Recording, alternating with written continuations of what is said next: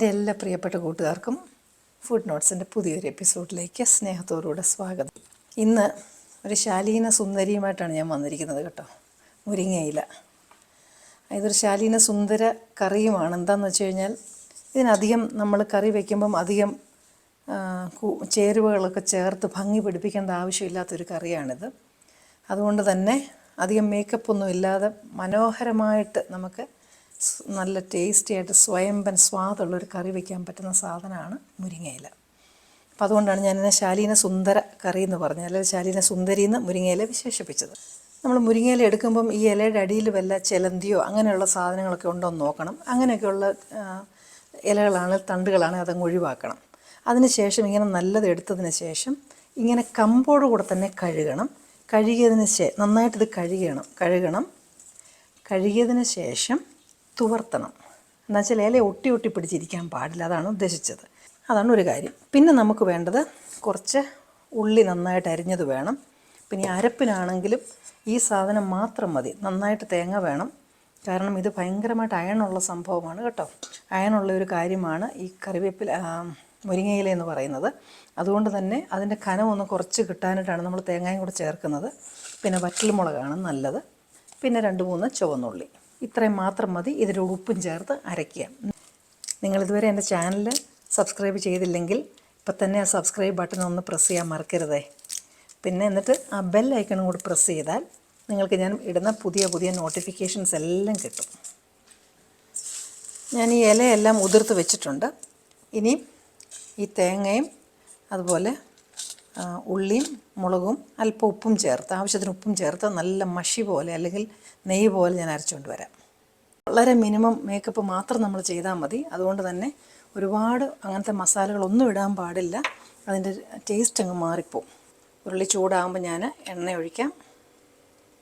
ഈ ഇലയൊന്ന് വറക്കാനായതുകൊണ്ടൊരല്പം വെളിച്ചെണ്ണ ഇതിന് കൂടുതൽ വേണം. ഇതിലേക്ക് നമുക്ക് ഒരു ടീസ്പൂൺ കടുകിടാം. അതിന് ശേഷം അരിഞ്ഞ് വെച്ചിരിക്കുന്ന ഉള്ളി ഉണ്ടല്ലോ അതിലിടണം. പക്ഷേങ്കിൽ ആദ്യം ഒരു കുറച്ചിട്ട് അതൊന്ന് നന്നായിട്ട് വറക്കട്ടെ, കാര്യം ഒരു കടുക് വറക്കുന്ന ഫീലിംഗ് വരാനായി. ഇതിന് ഞാൻ കറിവേപ്പില ഇടാറില്ല, കാര്യം ഇത് ഇലയുടെ കറി ആയതുകൊണ്ട് ഞാൻ പ്രത്യേകം പിന്നെ കറിവേപ്പില ഇടാറില്ല. കണ്ട ആ ഉള്ളി നന്നായിട്ട് വറുത്തിട്ടുണ്ട്. അപ്പോഴത്തേനും നമുക്ക് ഈ ഉള്ളി ഇടാം. വറ്റൽമുളകും കൊച്ചുള്ളിയുമാണ് കേട്ടോ തേങ്ങയുടെ കൂടെ ഇതിന് വളരെ ട്രഡീഷണലായിട്ടുള്ള ഒരു ടേസ്റ്റ് കൊടുക്കുന്നത്. അതുകൊണ്ട് മറ്റ് ജീരകം, വെളുത്തുള്ളി ഈ സംഭവങ്ങളൊന്നും ഇതിനരയ്ക്കാതെ നിങ്ങൾ ഒരു പ്രാവശ്യം ഇങ്ങനൊന്ന് ചെയ്ത് നോക്ക്.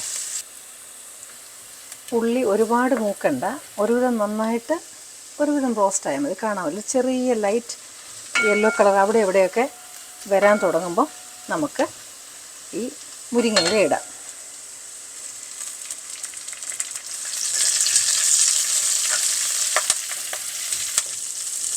അങ്ങനത് നമുക്ക് ആവശ്യമുള്ളത്ര ഇട്ടാൽ മതി. ബാക്കിയുണ്ടെങ്കിൽ നമുക്ക് ഉണങ്ങി വെച്ച് കഴിഞ്ഞാൽ, നന്നായിട്ട് ഉണങ്ങി സിപ്ലോക്കിനകത്തിട്ട് വെച്ച് കഴിഞ്ഞാൽ വർഷങ്ങളോളം ഇരുന്നോളും. എന്തായാലും ചെറുതായി അങ്ങ് പോവുക. കണ്ടോ, ഞാൻ ഇതെല്ലാം അങ്ങ് ഇടുകയാണ്. അതിനുള്ള തേങ്ങ ഞാൻ എടുത്തിട്ടുണ്ട്. എണ്ണയ്ക്കകത്തങ്ങ് വറുത്ത് പോകാതിരിക്കാനായിട്ടാണ് നമ്മൾ ഉള്ളി ധാരാളം അതിൻ്റെ കൂടെ ഇടുന്നത്.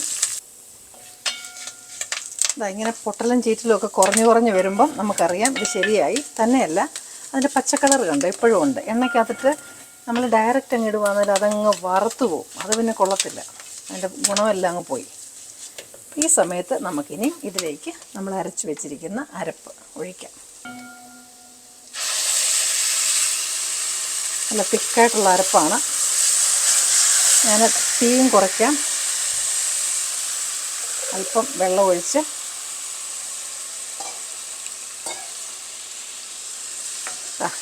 നമ്മുടെ മുരിങ്ങയിലക്കറി തീ വളരെ അങ്ങ് കുറച്ചു. എനിക്ക് സത്യത്തിൽ ഇതിൻ്റെ രുചി എങ്ങനെ പറഞ്ഞറിയിക്കണമെന്ന് പറയുന്നത്, അതുപോലെ ടേസ്റ്റാണ് കേട്ടോ. നിങ്ങളൊന്ന് പരീക്ഷിച്ച് നോക്കണേ. ഇതിങ്ങനെ തിക്കായിട്ടാണെങ്കിൽ നമ്മുടെ ചക്ക വേവിച്ചതില്ലേ, ചക്ക വേവിച്ചതിൻ്റെ കൂടെ ഇതും അങ്ങോട്ട് ഒഴിച്ച്, ചക്ക വേവിച്ചതിനകത്തോട് കുറച്ച് പച്ച വെളിച്ചെണ്ണ ഒഴിച്ചാൽ നല്ലതായിരിക്കും ഇഷ്ടമെങ്കിൽ.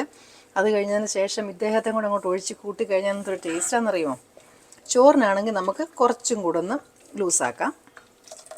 എനിക്കിപ്പോൾ ചക്ക ഇല്ല ഇവിടെ കഴിക്കാൻ, അതുകൊണ്ട് പിന്നെ അത് പറഞ്ഞിട്ട് കാര്യമില്ല.